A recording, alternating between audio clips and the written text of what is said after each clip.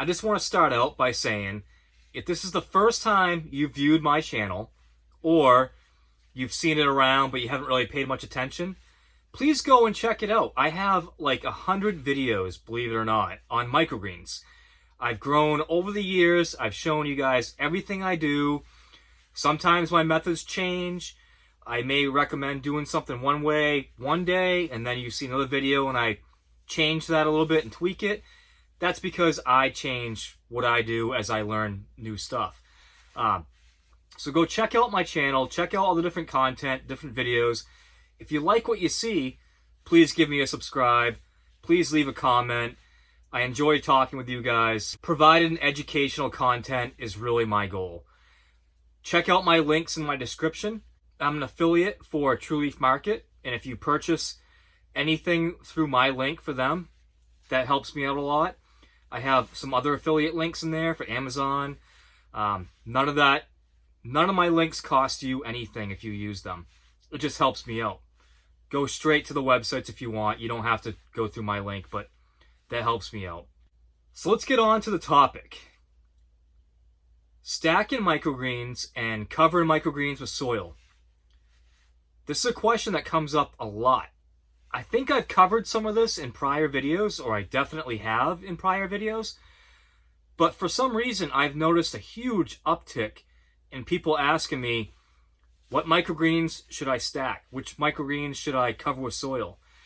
And so because I get that question a lot, that tells me I need to make a video on just that topic.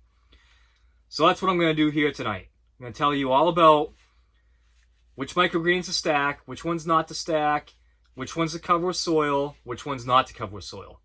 Now when it comes to stacking, people ask me all the time, which microgreens should I be stacking? And generally the answer is, well, it's easier to tell you which ones you should not stack. Because it turns out you can stack almost all microgreens. Now there's a reason that you want to stack, or there's a few reasons.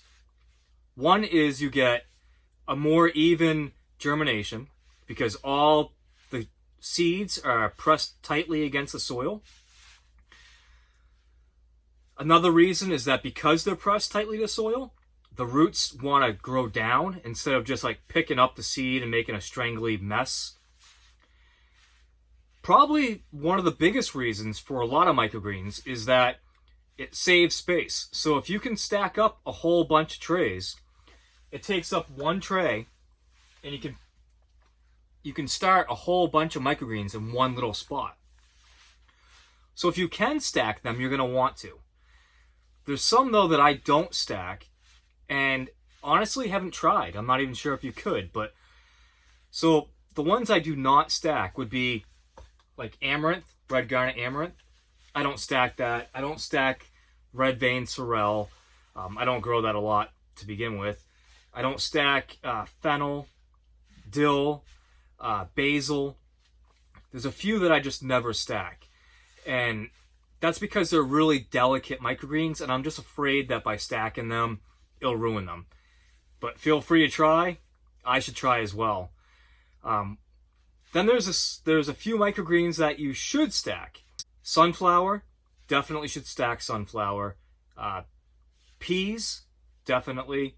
And radish, those all really want to be stacked.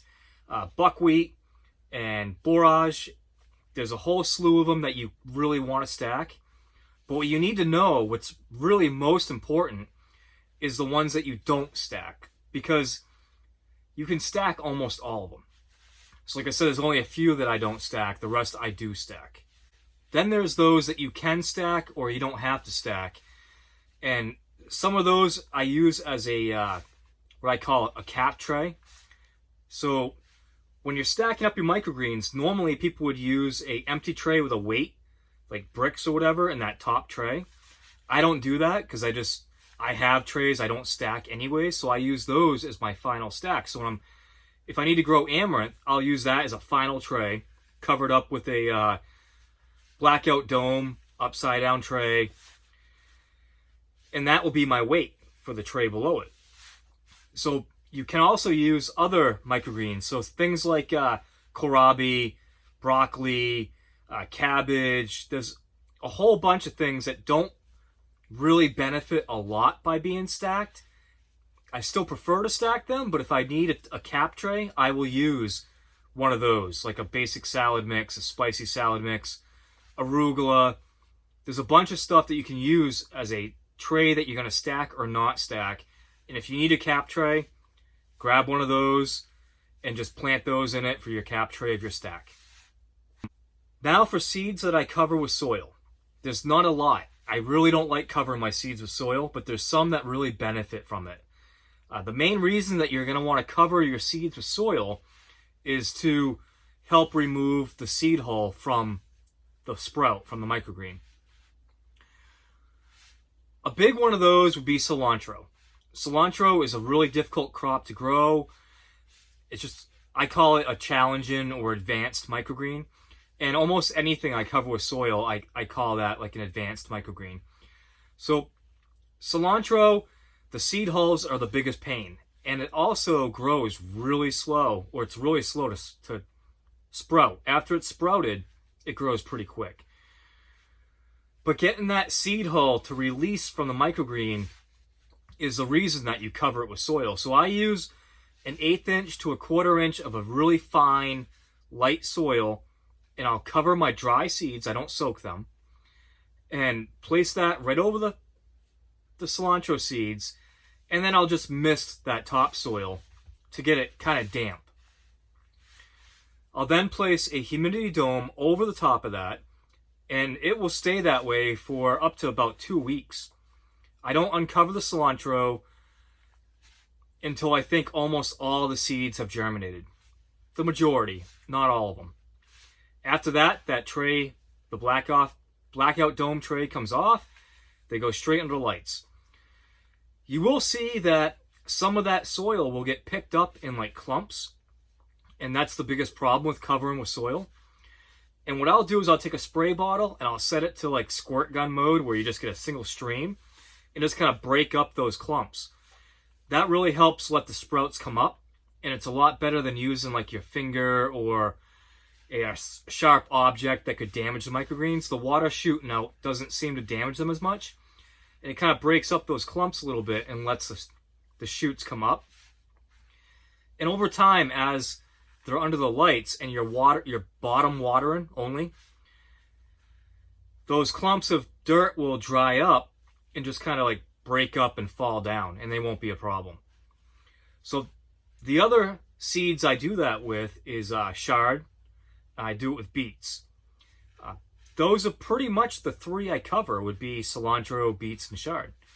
I treat the beets and the Chard almost exactly the same way as I do the cilantro, except they do grow a little bit quicker, or they sprout a little bit quicker. So after about 5 days is when you pretty much would uncover the beets or the Chard and put those under the lights. So even after covering with soil, you will still have a little bit of a seed hull issue, but it will be mitigated a lot by covering them up. There are growers out there who will grow under like 1.5 inches of soil. They claim to get really clean shoots that way with like no holes. I've tried doing similar to that, and I've had problems with that whole big chunk of soil coming up and then collapsing back down on them and just creating damping off issues and killing most of the sprouts. But it's something that's still worth experimenting with and trying out.